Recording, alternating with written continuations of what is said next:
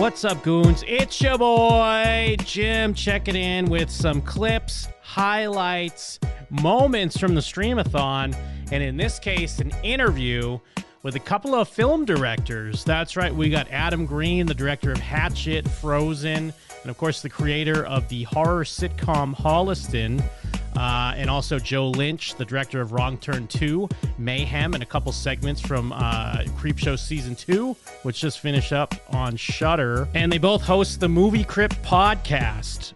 They were kind enough to set aside some time, give us a little content for the streamathon as a couple of vets themselves going through multiple Yorkie-thons, which is a 48-hour broadcast that they do to raise money for Yorkies every December.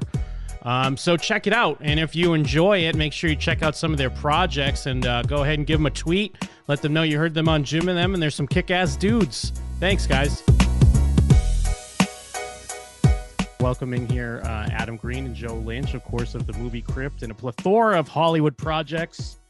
So I guess first off, then, were our tweets annoying? You could be honest. Yes. No.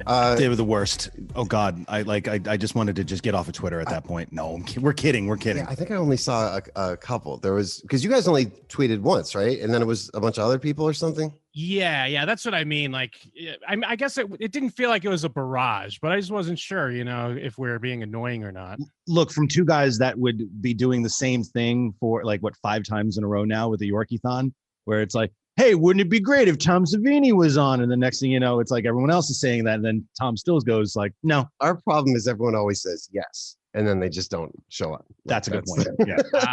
All right. So this could have been totally like that. We're like, yeah, we'll come on. And then 105 goes by, 115. Boy, they're not getting on Zoom yet. What's going on here? What a bunch of jerks. Not that I thought you guys were jerks, but I just figured my luck that maybe that's something that would happen. So again, thank you. So now, I guess I've been listening to you guys for a couple years now, but I haven't been listening since the start of the Movie Crypt. I've always been aware of your films and stuff like that. So I'm not sure. Oh, this interview's over. Bullshit. You're not a completist? Bullshit. No, actually, it's a good thing. He knows the movies and not just the podcast. Oh, that's a good thing. Oh, so we're filmmakers and not podcasters. Yes. Oh, we love you. Yeah, but that's where my curiosity kicks in. I don't know if this has been covered, but so how did you guys meet and kind of become, the Adam and Joe that we know now?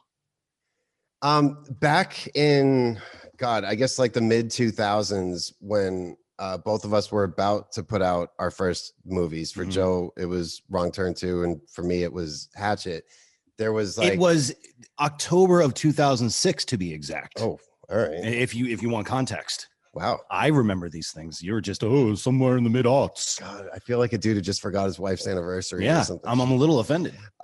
So, yeah, there used to be a thing that we jokingly called the Fright Club, where everyone had sort of just started to meet. And there's a dude out here named Spooky Dan, who a lot of people know. We kind of jokingly consider him to be the mayor of the horror crowd. And he just the most wonderful guy, huge cheerleader of anybody trying to get anything done in the genre. And he used to have these get-togethers in his backyard where he would screen 2 movies. And most of the time they were movies that weren't out yet because he was friends with the filmmaker. And that was the first time we met. And I was on one side of the backyard kind of holding court and doing my thing and telling jokes. Shtick. Yeah.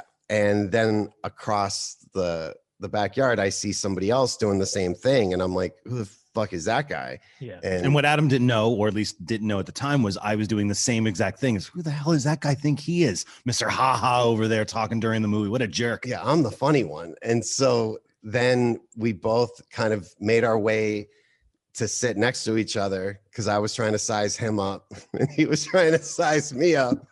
And then that was it. Yep. It was within 10 minutes. And we bonded over talking about Harvey Weinstein. Because at the time, see, I remember these things. Yeah. Because the Weinsteins wanted Hatchet. Because it was you were in this awesome, weird conundrum moment where you're like, well, actually, it was probably a moment that I probably would have walked away going what a pompous ass. But you were going, well, I have the Weinsteins want Hatchet and then Anchor Bay wants Hatchet, but there are pros and cons towards both. But here, but you were being sincere about it too. I can't wait till 2 hours from now when we realize Jim hung up forever ago and we're still going. but really that was the first time that we actually connected. Yes.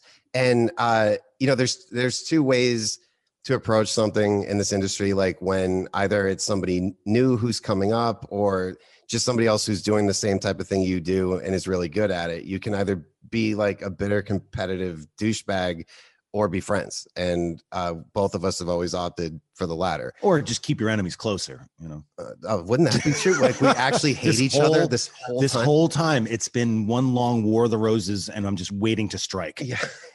See what he's got in the right now. Well, that kind of ties in what I was going to ask as well. Like, do you guys get competitive, or do you ever have some bitterness every now and then? Like, it feels like that could still be natural. No, I wish I could joke about that, but honestly, no. You just don't. Like, if somebody's truly your friend, their wins are your wins, and even more so, their losses are your losses. Yeah. But something I've always I guess a perspective I've tried to always have on it is, out of all my friends in this industry, there's nobody who's doing exactly what I do. Like, just for instance, like Holliston, there was no one else in the horror crowd whose big dream was to make a sitcom about, struggling horror filmmakers. Like, literally nobody was trying to do that. So it's a little bit easier, I guess, to not be competitive. But if I wasn't writing my own material, if I was constantly just chasing open directing jobs and always up against the same people and, often or all the time losing out to them, maybe it would be different, I guess. But you're right. There's been, we have a lot of similar path goals, I guess you could say. But at the same time, you've gone at it in one approach and I've gone at it at a different approach. And I think that's also helped us when we've had those downtimes where we can confide in each other, especially we're doing this at the Areascope office right now. And there have been plenty of times where Adam will be on one corner and I'll be on the other. And then there will be a moment where it's like, oh my God, in a good way. And you're like, holy shit, that's awesome. And then there's the, oh fuck. And to be able to have someone there that you can commiserate with on both a professional level and a friend level too, it really does help, because as much as there is such a community of horror filmmakers here, there is a bit of competition, but at the same time, we've heard many times before, people can be petty and, they'll say oh man, great job. And then next thing you know, they're going asshole, I was up for that job. And we've never had that, thankfully. And I think that's part of the reason why the dynamic of the Movie Crypt works too, is because both the fact that we're together, but come at it from different approaches, allows us to be objective towards each other on the good times and the bad. Yeah. Also, to add to that, we started the podcast mainly just as extra promotion for season 2 of Holliston. Yeah. And we were just going to do it for those 10 weeks. And then it took off. And it's not ever lost on us that whenever one of us has a new film coming out, if you look through that guest list, maybe 3 people have ever posted something or been supportive of whatever we had coming out. Yet when they have something coming out, they're like, hey, what's going on? Can I come on the show? And it's been a couple of years. Why not? Right. So it is true. You're lucky if you can have even just a handful of true friends in this industry. Well, on that, not to plant the seed of discontent, but I did notice that Joe gave Hatchet 4 stars on Letterboxd instead of 5. Really? I'm sorry, but 5 stars are reserved for movies like Dawn of the Dead, E.T., Raiders of the Lost Ark, Schindler's List. And I'm allowing Hatchet to ferment into the classic that it's become. If I already hit it with 5 stars, there's nowhere to go. Well, I will say you did give Victor Crowley 5 stars. Well, because I was in it. If you saw Hatchet 2, probably also had at least 4.5 stars for my riveting performance as guy who gets jaw ripped off. How about this, though? I signed up for Letterboxd simply to give Mayhem a review, and I've never used it since. So what was your review? 5 stars. Bullshit. I don't know. I don't know how. I don't think that's true. I gave my own movie a half star. So I don't think you helped the algorithm one bit, sir. Yeah, because I was gonna say I actually couldn't find Adam's profile, so that I was gonna on that, but I didn't see it. Oh, maybe I don't even have one. But I always get these like notifications, like, "Hey, it's been a while." I think you actually signed up for Lettercox. Oh shit! You know, the porn site, which like, Mayhem is also on. When I was trying internet dating, and you guys were all like, "No, it's called Grindr," and I was like, "All right," but it's just dudes that I keep getting matched with, and I haven't matched with a chick yet. Whoops. But hey, at least at least there's some dudes you matched with. You got to look on the bright side. Yeah, me. Yeah, they're all really nice. I'm just not looking for a romantic relationship, so it gets awkward. Because you got me. Yeah, exactly. And Arwen. Who needs Grindr when you've got Joe and a dog? Now, well, yeah. Speaking of Arwen, Yorkie-thon. It's a great thing you guys do every year. You do it every December for people that aren't aware of it. So we're doing kind of a streamathon on our own. I don't know if we're good. We're not doing the full 2 days. We're doing like probably at least 30 hours. So do you have any tips, any advice? Well, first of all, congratulations and good on you for doing this. Austin told us that you recently lost Lucy. That was her name? Yes. Which we're very, very, very sorry to hear that. We totally know exactly what that's like, and it's awful. But the fact that you're turning that into something good and that you're going to help save dogs who inadvertently are going to go on to save people, the people who adopt them, their lives are going to change for the better no matter what. And that's just amazing to see.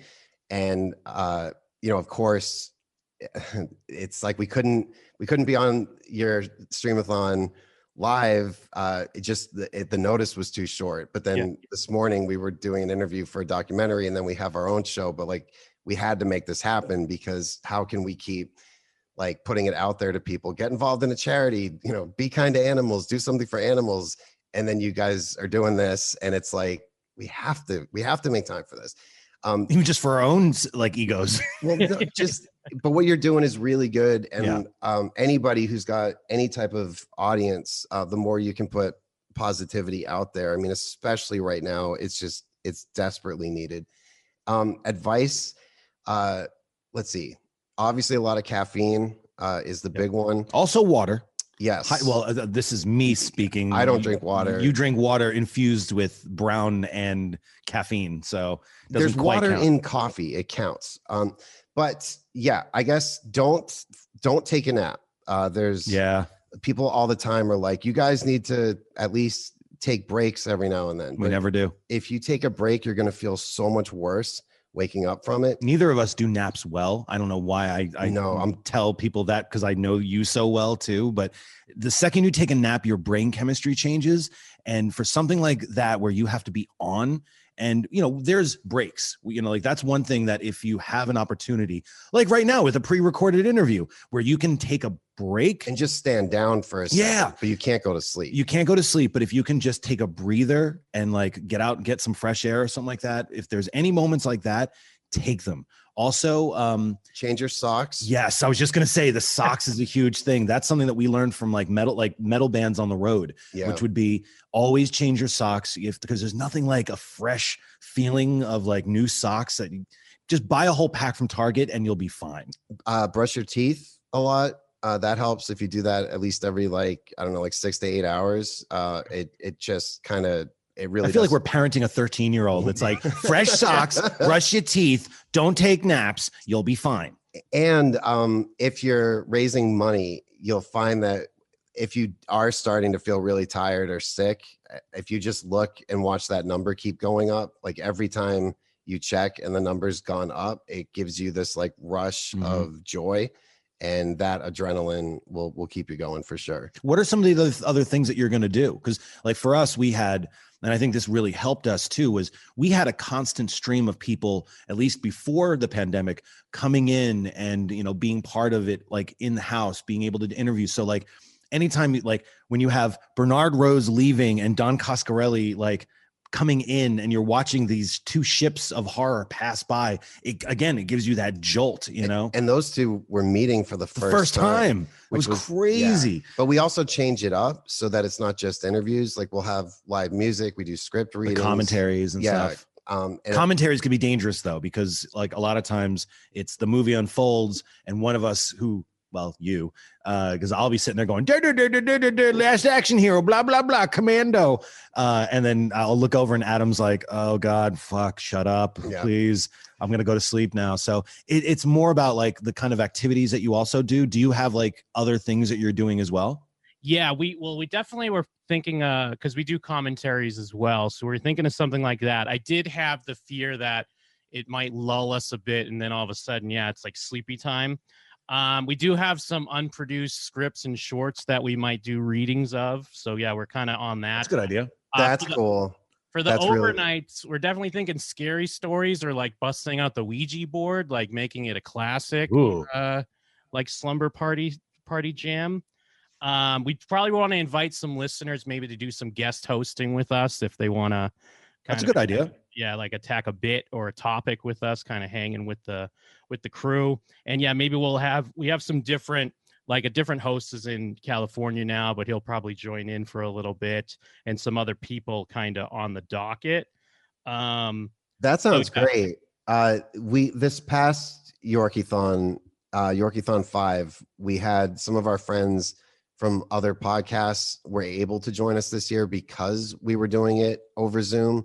Because before the pandemic, our rule was always that everyone had to be in studio, which really kept the quality of the show at a certain level, but it also very limited us in terms of potential guests and stuff. So this year, Brian Quinn and Brian Johnson from Tell 'em Steve Dave joined us for a little bit, and Doug Benson and the guys from Junk Food Cinema. So that really, it's just awesome when another podcast kind of steps in, even just to talk for a little bit, but it just shows that camaraderie for a charity event. And I think that's really important. The biggest mistake we ever made in programming though, Yorkie-thon 3, we decided to do the original Star Wars trilogy back to back starting at 6 a.m. on Sunday morning.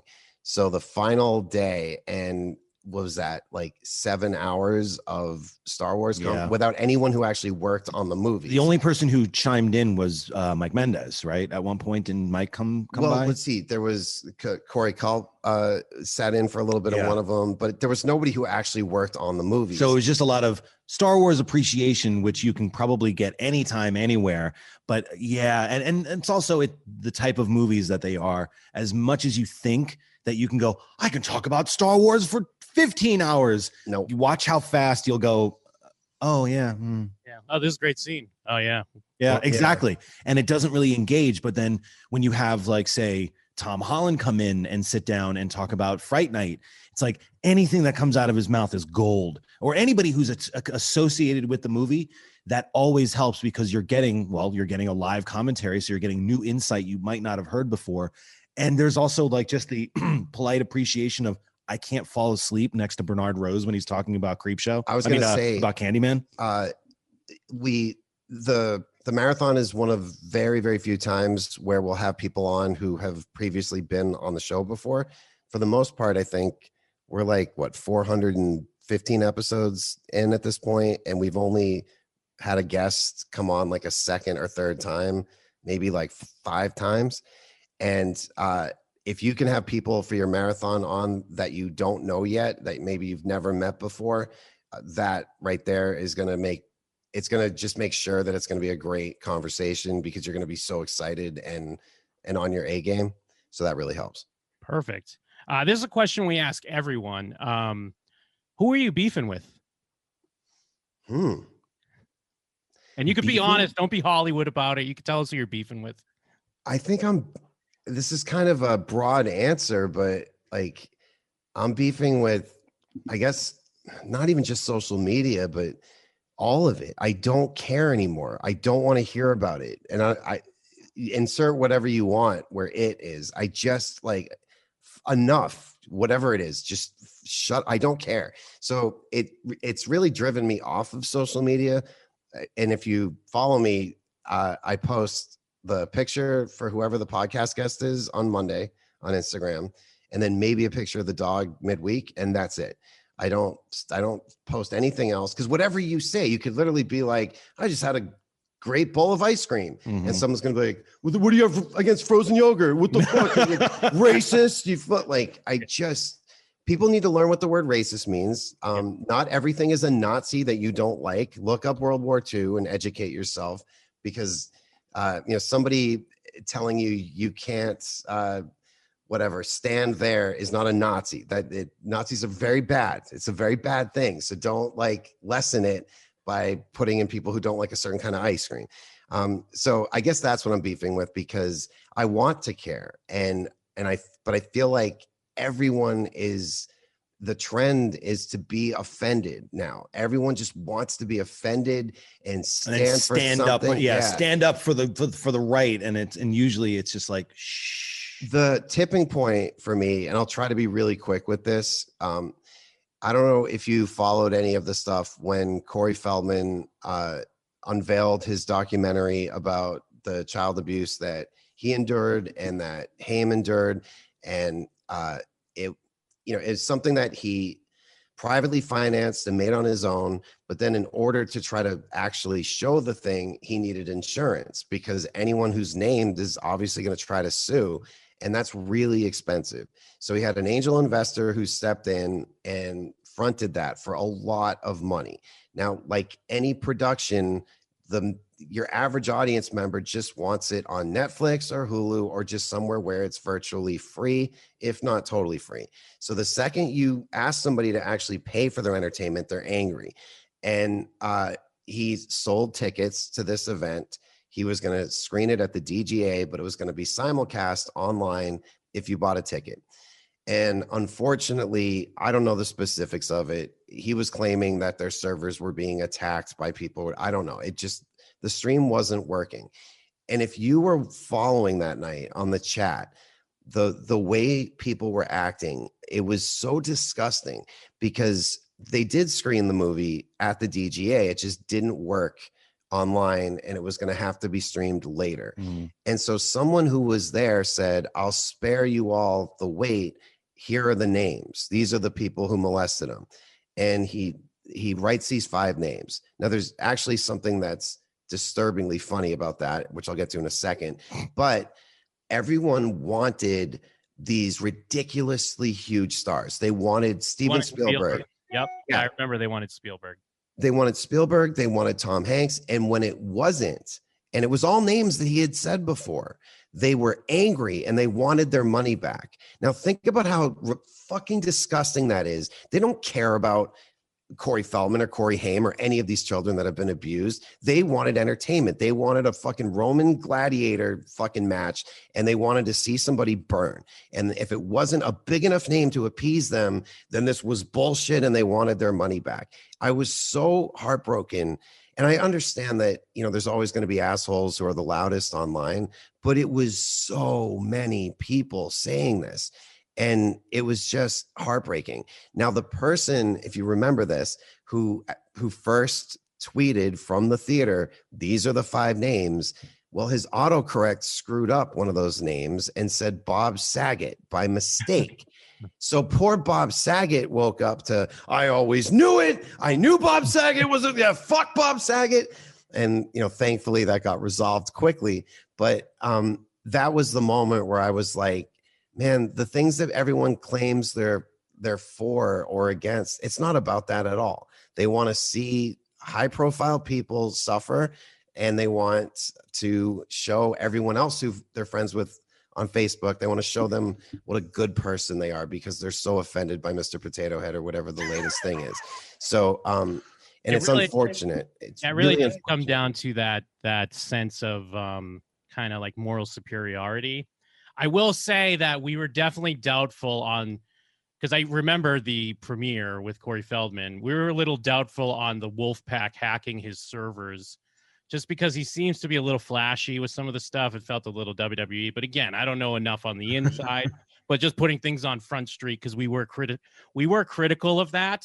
Not so much like the names and getting refunds or anything like that, but just the idea, like, because remember he got stabbed and then like he has the wolf pack after him. That's the thing I'm not so sure about. Yeah, I don't know about any of that. I don't want to sound callous and say I don't really care about that stuff, but I mean, unfortunately with Feldman, I think his personality over the years has made a lot of people doubtful, or just sort of, he's become, I don't know, people, whether you can say it's validated or not, people can tend to be very cruel to him. But I 100% believe that he was molested. I believe that Haim was molested, and I believe that is an incredibly important story that needs to be out there, and that stuff needs to happen to start preventing that. And I think what he's doing is great, and it's very important.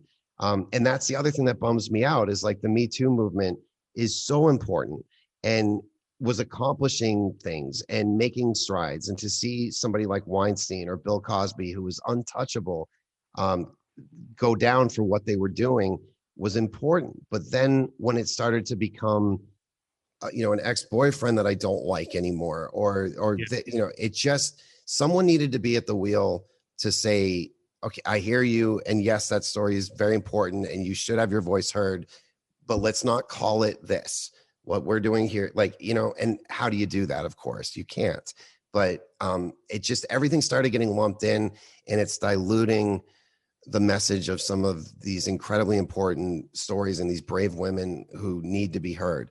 And so that's, I guess, if I'm beefing with anything, and I'm going to be completely honest, that's been the thing that's been bothering me the most, is just that whole mentality and the mob going after anybody. Anyone can say anything, and then everybody just jumps on so fast. And well, so even with Corey Feldman, he had to apologize for just saying that he didn't have issues with Michael Jackson. He just said that he'd never had that experience in his relationship, and they hounded him for that, and he basically had to apologize because they made it seem like he was lessening other victims. Yeah, I think the way he phrased that was the right way to do it, because he still stands by the fact that Michael Jackson didn't molest him, because Michael Jackson didn't molest anybody. But I think that him changing it to say my experience was this, and not just go casting judgment on anybody.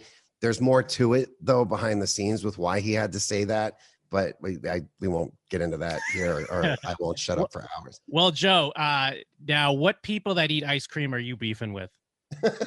I mean, after Adam's diatribe, I don't think I love everybody. Everybody's the greatest except for Frank Grillo. Fuck that guy. Oh yeah, I love it. So there you go. There you go. There it is. I've heard just bits and pieces of the Frank Grillo stuff. Now that was on the film with Anthony Mackie, right? Yes, it was. I mean, I'm not putting words in anyone's mouth, but he's kind of like, does he raise his eyebrows when you're like, fuck Frank Grillo? Or does he just shake his head like, I know what's going on. I know what he means. Who? You mean Frank himself? Well, Anthony Mackie, does he understand? Does he think you're... No, Anthony, who's known Frank for a long time, thanks to the Marvel Cinematic Universe or whatever, would just look over at me and just go, I'm sorry. and then he'd go, want to watch Last Dragon? Yeah. So it was how fun. you do it. That's the right exactly. Kill him with kindness and class. And that's the Anthony Mackie way. Now I know we got to wrap up soon. Let me bust in a couple quick ones here. Now, when you guys have kind of alluded to this in the past, and even like, especially Adam, like, because you guys put a lot of work into your podcast and your Patreon. I really respect that, because we feel like we do the same, especially with our Patreon. There are a lot of shows or people that kind of coast by with just giving a thanks or whatever, but you guys put a lot of content out there. Now, does that sometimes become like a detriment, or is it always just an investment in your brand? Wow. Good question. Yeah, it's a really good question. Look, it is a ton of work, and I'm sure you understand that. I think a lot of people think so you talk for a few hours. They don't understand all the other stuff that goes into that with editing, with posting things. But a lot of times it's because there are podcasts that have bookers and editors and producers, and we do it all. Yeah. So it's it's a Herculean effort at times. And the Patreon stuff, especially, we put so much into that. Even just the pre-shows. Yeah. We do a monthly live episode, and it started out as like a half-hour pre-show where it was just Arwen and I DJing, playing music. So when people got there early, there was something, and everyone would talk with each other. Now every pre-show is 2 hours. Sometimes they're almost like 2-hour documentaries, like behind the music videos now. Now that said, let me just stop you there. There is nothing better than, and I'm sure you feel the same way, when you get those giddy little moments when something comes together or you get excited about something, and we get off on showing each other like pre-shows and cuts of things. Like sometimes those are hard to come by, especially when you're on like big projects that are such, like a machine. You don't get those small victories. So a lot of times it's just, even if it's keeping our creative juices flowing, it feels like having a hobby again. Yes. Because when you do this for a living, you don't have a hobby at all. No. And so I used to DJ way back in the day when I first was trying to get started. I was the DJ at the Rainbow Bar and Grill here in Hollywood. And then in college, I DJ'd. And I hadn't touched that stuff in years. But then doing the pre-shows back when... shit. God damn it. We're gonna have to go soon. We did 2 years ago, one of the pre-show was a Michael Jackson pre-show, because it was shortly after Leaving Neverland had come out, which was extremely problematic. Again, I won't get into that here, but in order to try to keep the music out there and not subscribe to the cancellation thing, it was like, all right, we'll do a 2-hour Michael Jackson pre-show. And then I busted out the old DJ skills and did this. Arwen did it. That was the best comment when it was happening, by the way. When I played this thing, somebody actually wrote, "Did the dog really do this?" It's just easier to give the dog credit for things. It's called being humble, people. But getting to do that again and then see the reaction and make music again, as much as you can consider DJing making music, but hopefully you know what I mean. That's been really, really cool, but it is a ton of work. And it's sad that when you have a show that's really popular and that so many people listen to, and so few will even give, all we ask for is $1. That's it. $1 a month. And just to get the full version of every new episode and access to ask the guest questions and Hollywood therapy and the other things we do. And it's a bargain. Yeah. It's $1. It's $1. And people just, it's hard. It's really, really hard. And as you guys know, these days, nobody wants to pay for entertainment. And between streaming and piracy, if you're going to try to do your own thing and do independent stuff, it is next to impossible to make a living these days. Like, we're both very lucky that we got started when we did and that we have the followings that we have. But I feel so bad for somebody who's just breaking now. Maybe they have a movie that's like tearing it up on festivals or, something like that. And then it comes out and everyone steals it, or they just wait to stream it and their investors never get their money back. They never see any profit on it. We've already seen some people who we were so excited about come and go. Mm-hmm. They had to go do something else. So when you're asking for $1 for what it is that we do and the majority won't do it, it can definitely break your heart.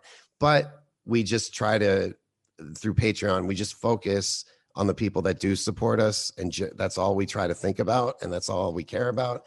And then it just makes it a lot easier, and you're not sitting there feeling bad that what you do isn't worth anything to the majority of your audience. You just focus on the people that do care. And we've made amazing friends in that group on Patreon. Mm-hmm. Just the nicest people, and they're so good to each other. And it's just become a little community, which is great. Yeah, it's really great to see that.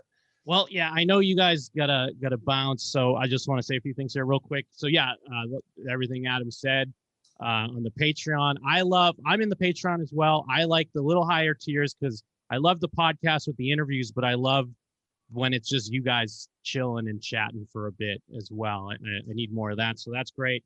And of course, if you're not aware, check out the new season of Creepshow.